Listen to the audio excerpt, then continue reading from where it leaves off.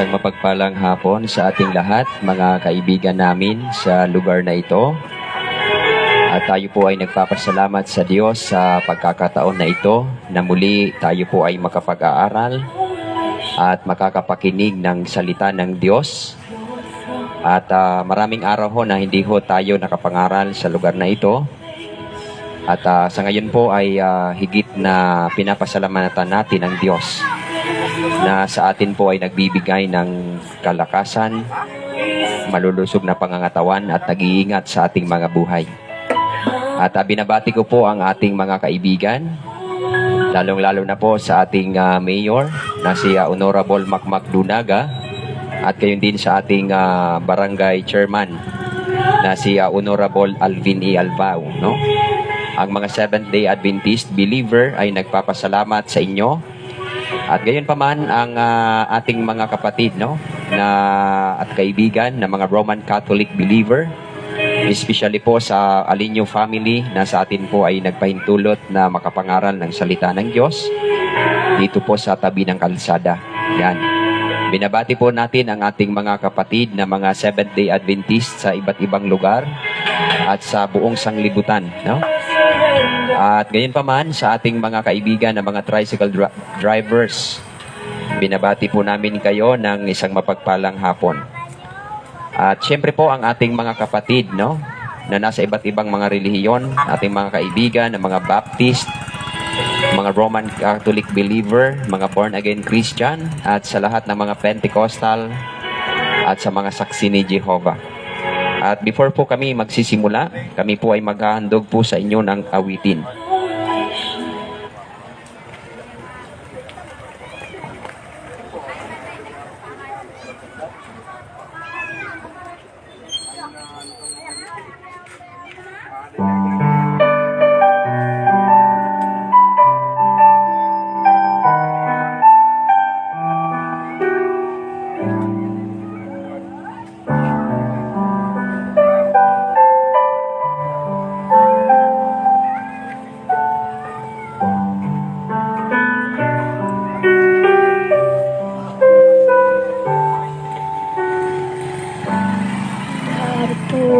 Ko, Panginoon, nag-isa't nalulumbay.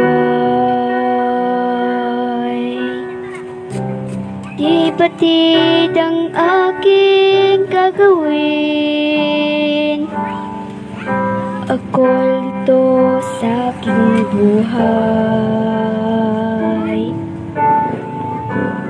Ang bukas ay hindi ko alam, di rin alam ang gagawin ngayon. Ang kailangan ko'y kaagapay sa paglimot ng kahapon.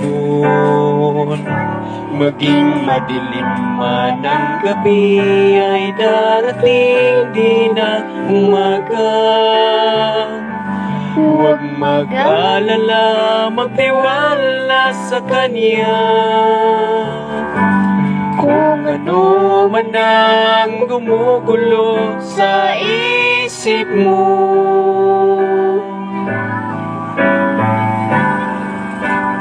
ang Diyos lang ang tanging sandigan mo.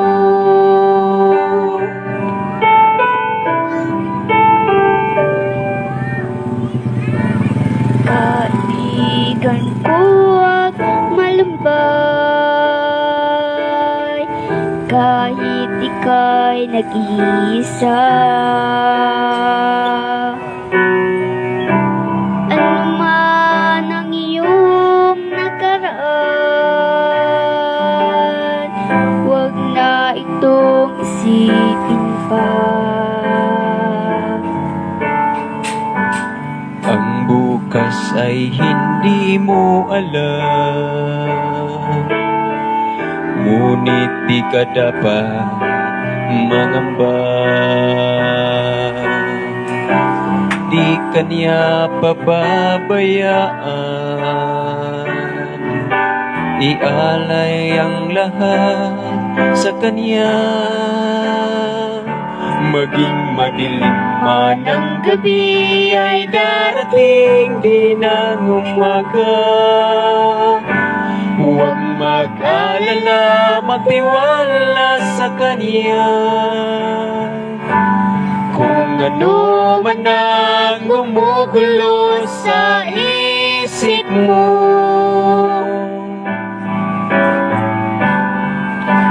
ang Diyos lang ang tanging sandigan mo. Maging madilim man ang gabi, ay darating din ang umaga. Huwag mag-alala, magtiwala sa Kanya. Kung ano man ang gumugulo sa isip mo,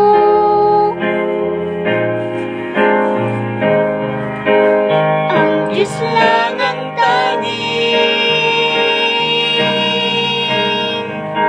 ang Diyos lang ang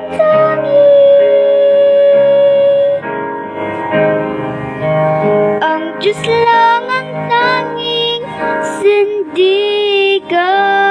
mo.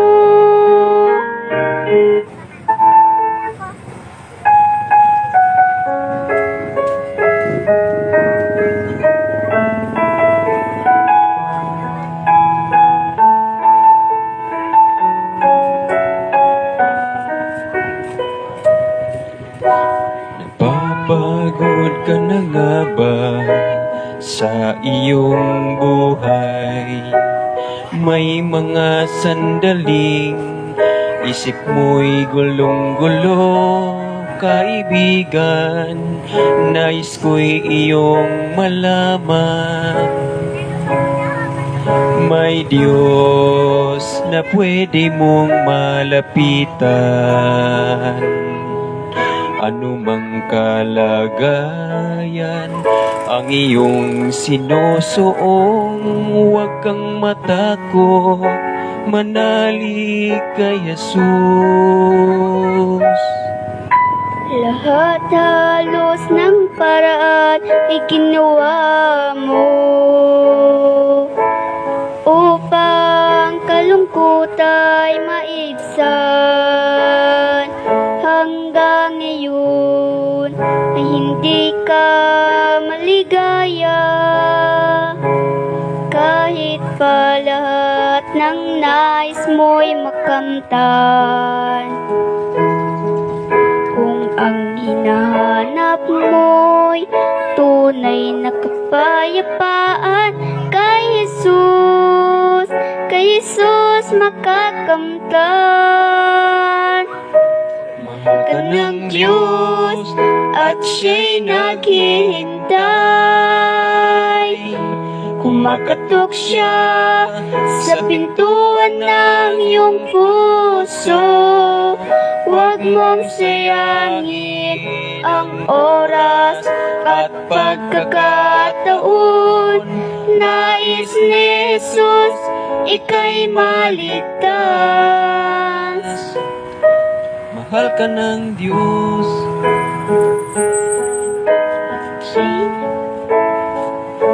kumakatok siya upang kalungkot ay maibsan. Hanggang ngayon, hindi ka maligaya, kahit pa lahat ng nais mo'y makamtan. Kung ang hinahanap mo'y tunay na kapayapaan, kay Jesus makakamtan. Mahal ka ng Diyos at siya'y naghihintay.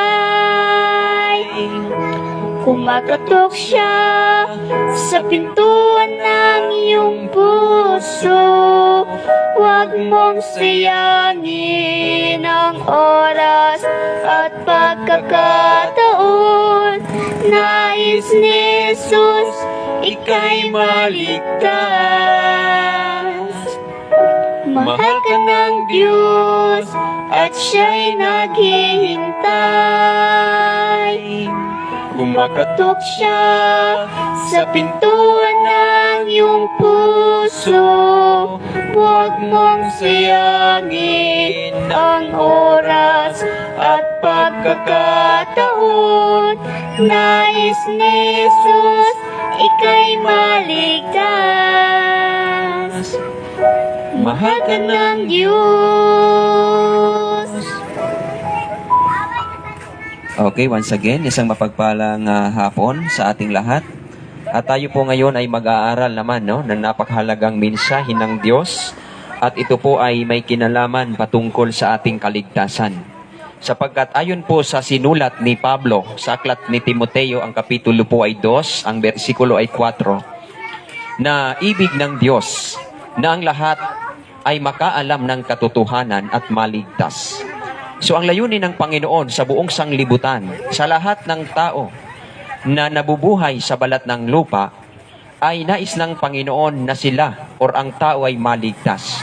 Kaya nga ang layunin ng Panginoon sa pamamagitan ng kanyang mga sinugo na mga mangangaral during in the last days ay upang malaman natin ang katotohanan ng Diyos sa huling panahon na ito.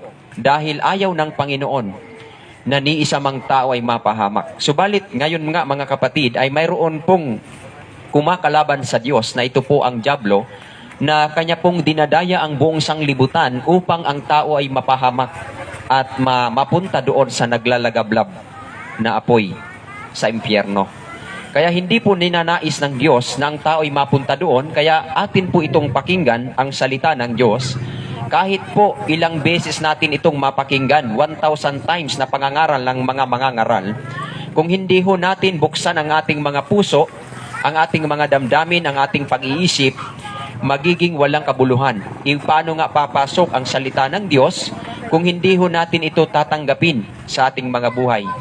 Kaya kung nais po nating gumaling mula sa pagkaalipin at matanggap ang biyaya ng Diyos, ay tanggapin po natin ang mga salita ng Panginoon na ating napapakinggan tuwing araw-araw na ating pangangaral. Kaya nga ang ating pag-uusapan sa oras na ito, yaong mga tao na hindi mapapabilang sa kaharian ng langit. Sapagkat baliktarin naman natin yung ating pangangaral. Sapagkat maraming panahon sa lugar na ito ay ating ipinangaral ang pag-ibig ng Panginoong Hesukristo. Kaya nga pag napakinggan natin yung pag-ibig ng Panginoong Hesukristo, marami pong mga tao ang nagpapasawalang bahala dahil ang Diyos ay pag-ibig. Tama ho mga kapatid. Kaya nga yung Diyos ay pag-ibig, nagbibigay po siya ng babala or pagkakataon ng tao ay maligtas. Kaya nga kung ating babasahin, yung aklat ni Pedro, sa unang Pedro kapitulo 3, ang bersikulo po ay 9, na ibig ng Diyos na ang lahat ay makapagsisi at tumalikod sa kanilang mga kasalanan dahil hindi niya nais na mapahamak.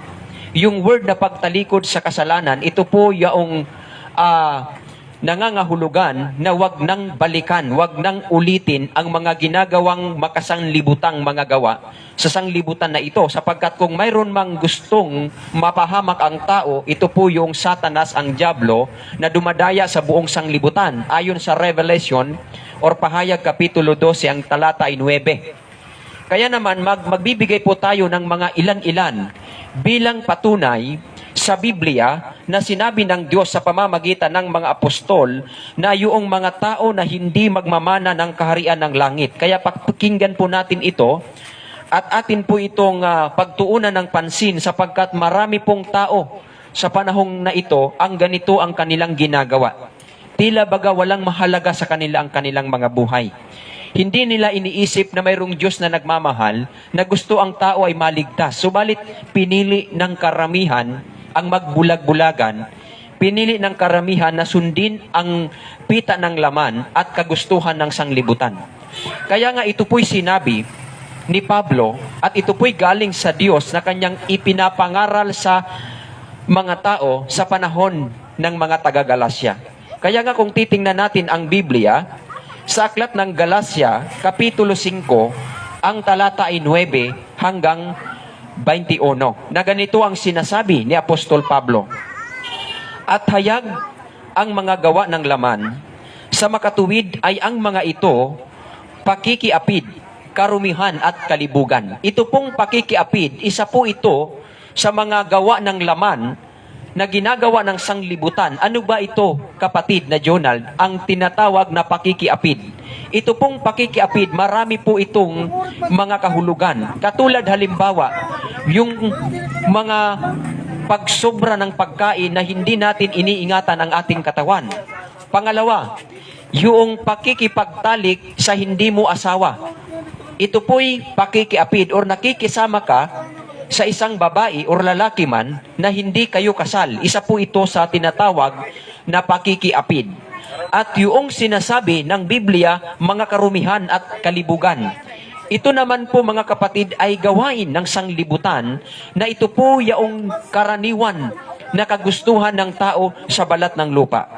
At sa verse 20, mga pagsamba sa Diyos-Diyosan. Ito pong pagsamba sa Diyos-Diyosan, isa po ito yung pagyukod, pag-worship sa mga larawan na inanyuan na walang man lamang silang magagawa sa kanilang sarili. Yung mga larawan, mga kapatid, paano natin nasabi na sila'y walang magagawa sa kanilang sarili dahil wala po yang buhay? May mga kamayan, subalit hindi nakakahawak. Mga larawan na may mata, subalit hindi nakakakita. At larawan na may mga tainga, hindi nakakarinig. At mga larawan na may mga paa, subalit hindi nakakalakad. Ito po ay hindi tunay na Diyos. At wag po natin iukol ang ating mga kaisipan, yung ating damdamin, o ang ating mga puso sa mga bagay na mga inukitan na itinuturo ng sino mang mga tao na ang larawan ay pwedeng pagbigayan ng parangal. Hindi po, kapatid, sapagkat yung Diyos, siya lamang ang dapat nating sambahin at bigyan ng karangalan. Yung Diyos na gumawa ng langit at ng lupa at Diyos na nagbigay sa ating na mga buhay or ng ating mga buhay. At ano pa mga kapatid, pagsamba sa Diyos-Diyosan, pangkukulam, mga pagtataniman. Kaya nga mga kapatid at mga kaibigan ko, kung kayo po ay mayroong mga hinanakit sa inyong kapwa, mga sakit ng loob sa inyong mga kaibigan, sa inyong kapamilya, na kayo'y napupuot, ito po'y mapanganib. At ito pong mga uri ng mga karakter, mga pag-uugali, ay hindi po ito kabilang doon sa kaharian ng langit. Sapagkat yung word na pagkapuot sa iyong kapwa, isa po ito sa uri ng pagpatay. Kaya nga sabi ng Panginoong Hesukristo, sa aklat ng Bagong Tipan, sa aklat ng Mateo, na sinabi niya sa kanyang mga tagapakinig, na ang sino man na napupuot sa kanyang kapwa ay nagkakasala ng pagpatay. Kaya nga mga kapatid, ito pong word na sinasabi dito, pagtataniman, mga pagtatalo, mga paninibugho, itong paninibugho mga kapatid, ito po ay hindi maganda sa isang tao. Mga pag-aalitan, mga pagkakampi-kampi, mga pagkakabahabahagi, mga hidwang pananampalataya. At sa verse 21, mga paghinilian, mga paglalasing, kasama po dito yung mga lasinggo, na ito po mga kapatid ay walang kabahagi doon sa kaharian ng langit. Yung mga lasinggo mga kapatid, sapagkat sinisira nila ang kanilang katawan. Bagamat ang ating katawan, ito po ay Diyos ang may bigay, kaya atin po itong gamitin sa mabuting pamamaraan. Kaya nga ang sabi ng Biblia sa ating pagpapatuloy, at ang mga katulad nito'y, sa verse 21, tungkol sa mga bagay na ito, ay aking ipinagpapaunang ipaalala sa inyo na tulad sa aking pagpapaalala ng una sa inyo, na ang mga nagsisagawa ng gayong mga bagay ay hindi magsisipagmana ng kaharian ng Diyos. Ito po'y sinabi ng ating kapatid na si Pablo doon sa panahon o sa kapanahunan niya nang siya po'y nagtuturo. Ito pong mga pag-uugali ng mga inggitan, mga silusan at kung ano paman na mga masamang gawa, ito po'y hindi nauukol o nanggagaling sa Diyos, sapagkat ang source po nito, or ang pinagmulan po nito, particular yung pride, pagmamataas sa sarili, ano pa, yung inggitan, galing po yan kay Satanas. Kaya nga si Satanas ay natawag na Satanas, bagamat ang kanyang kalagayan doon sa kalangitan ng Diyos ay napakaganda. Ang pangalan po niya ay Lucifer, subalit dahil po sa kanyang pride, dahil sa kanyang inggit sa Panginoong Hesukristo, dahil ayaw niya na ang mga anghel ay lumuhod sa Panginoong Hesukristo, siya po ay gumawa ng batas na maging malaya ang anghel. Ito po'y mababasa natin sa Dakilang Pag-asa. Yan po mga kapatid at mga kaibigan ko. Kaya siya po ay nainggit sa ating Panginoong Hesukristo, at yung kanyang inggit ay nagtanim ng galit, hindi lamang po sa ating Panginoong Hesukristo, kundi sa buong sanglibutan. At ito po ang nangyari sa mga tao ngayon dahil sa paglabag sa kautusan at naging kasalanan ito. Kaya mga kapatid, napakaliwanag na binabanggit ni Pablo sa aklat ng Galacia na yung mga ating nabanggit na mga salita na word for word na binabanggit ng Biblia, pagka ang isang tao ay mayroong ganito sa kanyang puso, kaibigan, mapanganib po ito. Kaya nga sa ating pagpapatuloy, kung titingnan naman natin ang sinabi ni Apostol Pablo sa kanyang sulat sa mga Korento or sa mga taga-Korento. Sa unang Korento, Kapitulo 6, ang bersikulo ay 9 hanggang 10. Na ganito ang sinasabi ng Biblia. O hindi baga ninyo nalalaman na ang mga liko ay hindi magsisipagmana ng kaharian ng Diyos? Huwag kayong padaya. Kahit ang mga mapakiapid, binanggit na naman yung salitang mapikiapid. Ano pa mga kapatid? Ni ang mga na mananamba sa Diyos-Diyosan, ni ang mga ngalunya, ito pong mga ngalunya, ito po ay talamak sa buong sanglibutan, na maraming tao ngayon, na mayroong mga asawa, nagsumpaan sa altar, at nakigsumpaan sa Diyos, subalit mga ilang taon lamang nang lamig ang pag-ibig, ano ang ginawa? Nakipagrelasyon naman sa iba. Kasalanan po ito ayon sa Biblia, sapagkat yung word na pangangalunya, yan po ay sa 8 utos, sa 10 utos, na ayon ating mababasa sa Exodus chapter 20, verse number 15, na huwag kang mangangalunya. Ito po'y utos ng Panginoon. Kaya itong pangalunya, mga kapatid, or pangangalunya, mapanganib po ito na pagkang isang tao ay may ganitong uring ginagawa sa kanyang buhay. Na mayroon kang asawa, gumagawa ka ng pakikipagtalik sa hindi mo asawa, ito po'y kasalanan ng pangangalunya. At ano pa mga kapatid ang sinabi ni ang mga nang bababae, yan, word for word, ng bababae, ni ang mga makiapid sa kapwa lalaki. Ito po yung gumagawa ng mga pakikiapid sa kapwa lalaki. Yung nangyari sa panahon ng Sodoma at Gomora, yung mga kabaklaan na ginagawa ng tao sa panahon ng Sodoma at Gomora. Kaya yung mga tao sa panahon ng Sodoma at Gomora, pinugnaw ng Diyos sa matinding apoy dahil sa kanilang ginagawang karumihan. Mga kapwa lalaki ay hindi na sila nahihiya na gawin ang mga bagay na ito. Sila po'y nakikipagtalik sa kapwa nila lalaki. Ito po'y kalapastanganan sa mata ng Diyos. Ito po'y kasalanan na mabigat sa mata ng Diyos. Kaya kaibigan ko, kung kayo po ay nakikinig sa oras na ito at mayroon po kayong ginagawa na kasamaan, kasalanan, katulad ng nabanggit ng Biblia, pakikiapid, pangangalunya, na kayo'y mayroong mga asawa at nakikipagtalik kayo sa hindi nyo asawa, tigilan mo na kapatid at magbago ka na at tanggapin mo ang Panginoong Diyos, sapagkat ito po'y kasalanan na binabanggit ng Biblia. Sa verse 10, na ang mga magnanakaw, yung mga magnanakaw, kasama po yung hindi nagsasauli ng 10 bahagi ng Diyos, magnanakaw po yan. Na alam mo na ikaw ay lingkod ng Panginoon, subalit yung para sa Diyos ay hindi mo isauli, magnanakaw ang tawag dyan mga kapatid. Kaya nga sa Biblia, ang tawag po dyan, Rab, tinulis mo ang Diyos. Mas mabigat yung daranasin yung mga tao na nakakaalam ng katotohanan ng Diyos, subalit hindi ito ginagawa. Kaya mga kapatid at mga kaibigan ko, yung mga nagnanakaw, mga kawatan sa ating term, yan po ay mapanganib na binabanggit ng Biblia.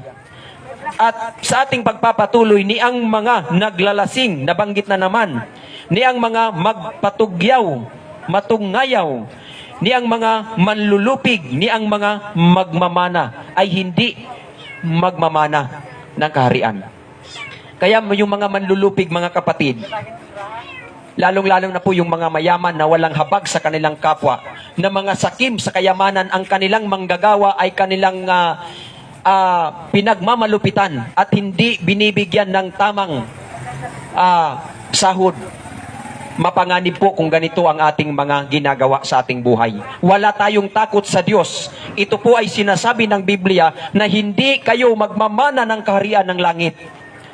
Kaya mga kapatid, sa puntong ito sa ating pag-aaral, ito po'y napakahalaga na mga salita ng Diyos sa pamamagitan ng Apostol Pablo, na ito pong mga tao na ganito ang pag-iisip, na tila bagay hindi sila natatakot sa mga bagay na darating na parusa ng Panginoon. Ipagpatuloy nyo lang, kaibigan, sapagkat hindi na namin sagutin kung ano ang mangyari sa huling panahon, sapagkat ito po ay katotohanan na binabanggit ng Bible. Pero ang maganda sa oras na ito, pagka ito'y inyong napakinggan at ito po'y inyong tinanggap sa inyong mga buhay at sa ating mga buhay, tiyak tayo po'y makakalaya mula sa pagkaalipin ng kasalanan. Dahil mga kapatid, ang tao'y biktima ng ginawa ni Satanas or biktima ng kasalanan na umaalipin sa sanlibutan na ito. Kaya ang aking pong pinupunto dito, marami pong mga tao sa buong sanglibutan na gumagawa ng kasamaan pero hindi nila nais ang mga gawaing ito. Marami po ngayon mga prostitute, mga kriminal, magnanakaw, mamamatay tao, mga drug pusher, na sila po ay kapit sa patalim pero hindi na nais nila gawin ang mga bagay na ito. Kaya mga kapatid ko, kung isa ka man sa nakikinig ng salita ng Diyos sa oras na ito at inyong napakinggan ang tinig ng mga ngaral o ang tinig ng Diyos sa pamamagitan ng banal na kasulatan, huwag po natin itong isapawalang bahala, kaibigan, sapagkat ang panahon na aming binabanggit, ang mga hula sa Biblia ay unti-unting natutupad na. Kung titingnan natin mga kapatid, kung mayroon mang mangdaraya sa buong sanglibutan, ito po'y walang iba kundi ang dyablo na tinatawag na Satanas, na siyang dumadaya sa mga tao sa buong sanglibutan. Kaya kaibigan ko, pakinggan po natin ang tinig ng Biblia, ang tinig ng Panginoon sa pamamagitan ng mga ngaral, upang sa gayon pagka dumating ang panahon ng kawakasan, sapagkat tayo lahat ay mamamatay at mawawala sa sanlibutan na ito, at tayo'y nakapagsisi, tiyak mga kapatid, tayo po'y magmamana ng kaharian ng Diyos. Kasi yung word na pagsisisi, ito po yung hindi na pagbalik sa mga masamang gawa na ginagawa ng sanglibutan. Kaibigan ko, ito po'y imulat natin ang ating mga mata. Pakinggan natin ang sinasabi ng Biblia sa pamamagitan ng ating mga tainga.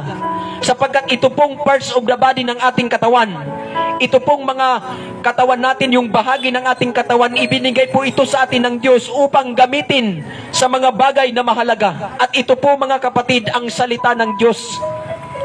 Sapagkat pagka namatay na ang tao, hindi na mababawi ang lahat. Kaya nga sabi ng isa sa mga makata, nasa huli ang pagsisisi.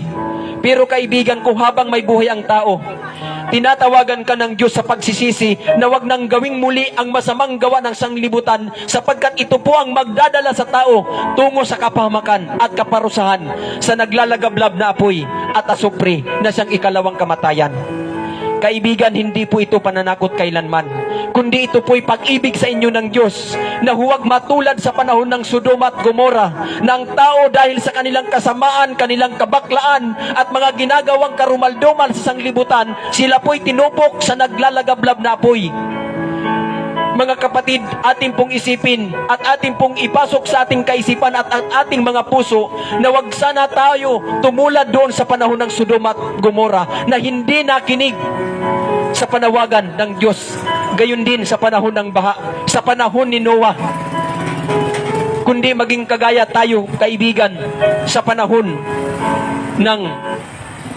ni Jonas, na kung saan mga kapatid, nang nanawagan si Jonas ng pagsisisi, kanila pong tinanggap ang mga mensahe at sila po'y nanumbalik sa Diyos. Sila po ay nagrepent sa pamamagitan ng kanilang pagpapakita ng kanilang pagkukumbabaan.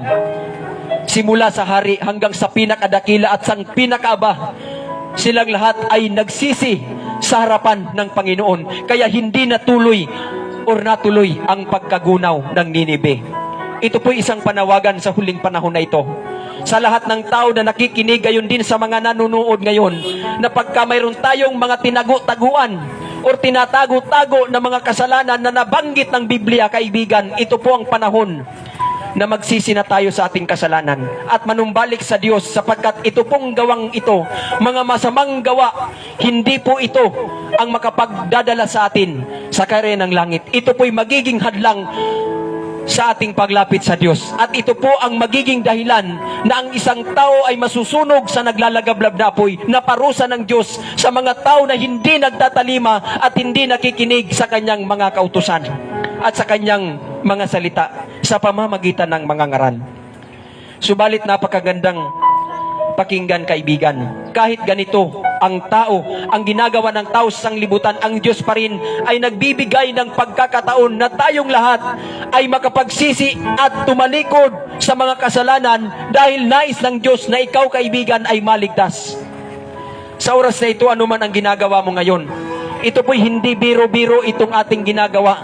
Nakasalalay po dito ang kaligtasan ng iyong pamilya, kaligtasan mo, sapagkat ito po'y hindi tunay nating tirahan, kundi ang tunay na tirahan doon sa bagong langit at bagong lupa, na walang pagtangis, walang dalamhati, walang kamatayan, at hindi ka na magpapagal, dahil lahat ng mga pagkain doon, lahat ng mga mabubuting bagay ay nihanda ng Panginoon para sa iyo at para sa akin at para sa ating lahat at para sa mga tao na nagsusumikap na matanggap ang biyaya ng Panginoon at mga tao na sumusunod sa kalooban ng Panginoon. Kaibigan ko, sa oras na ito, tanggapin mo ngayon ang Panginoong Hesukristo. Habang ako'y dumadalangin, akin pong dinadalangin sa inyong kinaroroonan, ikaw man ay nagtitinda, naglalakad ka man, pwede ka ngayong manalangin sa Diyos, sapagkat ang ating tagapamagitan na pumasok sa dakong kabanal-banalan, walang iba kundi ang ating Panginoong Hesukristo, na nagkatawang tao sa balat ng lupa upang ikaw, ako, tayong lahat ay mabayaran ng ating kasalanan sa pamamagitan ng kanyang dugo na ibinuhos doon sa krus ng Kalbaryo, para ikaw, kapatid, maligtas ka. At ayaw ng Diyos na ikaw ay mapunta sa kanyang kaparusahan sa naglalagablab na apoy. Iwasan na natin ang mga masamang gawa. Magbagong buhay na tayo. Lumapit tayo sa ating Panginoong Hesukristo, sapagkat wala tayong magagawa kung hiwalay tayo sa ating Diyos. Uulitin ko po, kaibigan, habang ako'y dumadalangin, akin pong dinadalangin, or manalangin ka rin sa inyong kinaroroonan, at tanggapin mo ang ating tagapagligtas na ating Panginoong Hesukristo. Sa oras pong ito, tayo po ay manalangin. O Panginoon naming Diyos, maraming salamat, Ama, sa oras na ito, sa inyong pagmamahal sa lahat ng tao sa buong sanglibutan. Kahabagan niyo po ang mga tao sa lugar na ito, at lalong-lalo na, Panginoon, sa mga tao ngayon na nakikipag-usap sa inyo.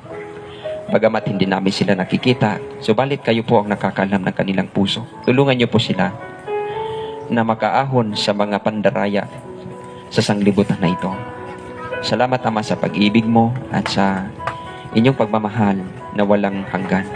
Purihin ka, Panginoon, sa pangalan ni Jesus Christ na aming tagapagligtas. Amen.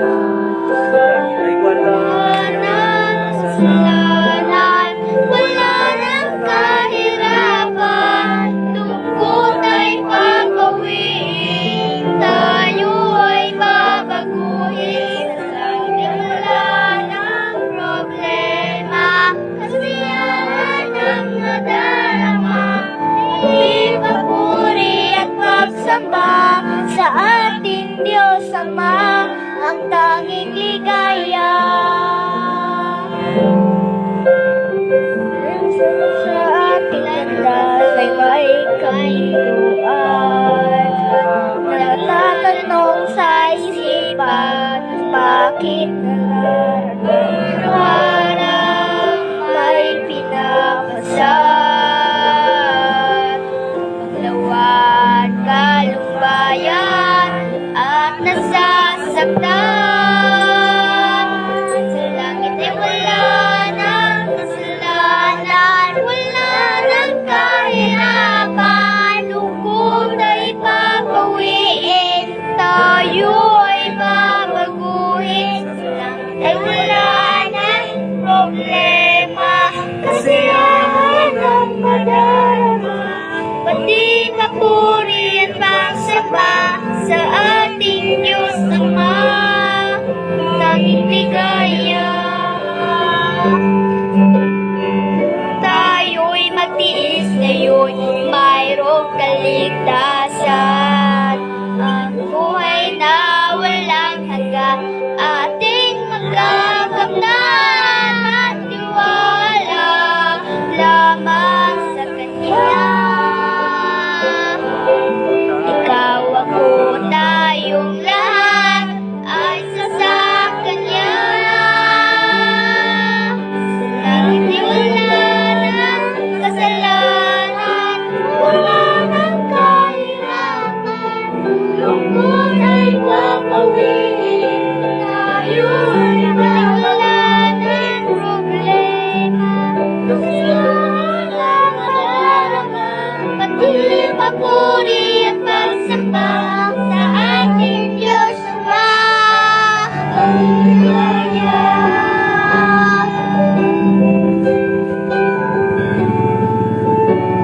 At papuri at pagsamba sa ating Diyos Ama,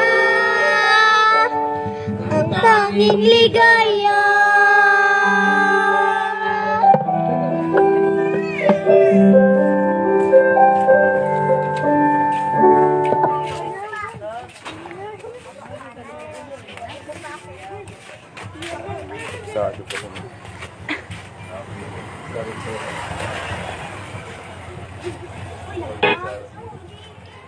Okay, once again, maraming salamat sa Panginoon, sa ating napakinggan na kanyang mga salita.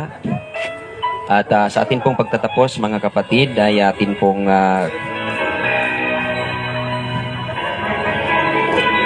muling binabati ang ating mga kapatid sa lugar na ito, At kung kayo po ay may mga katanungan about sa Biblia, ay pwede po kayong magtanong sa ating pong ginagawang pangangaral.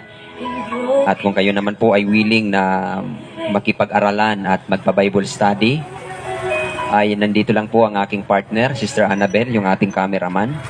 At kayo po pupuntahan namin sa inyong mga tahanan.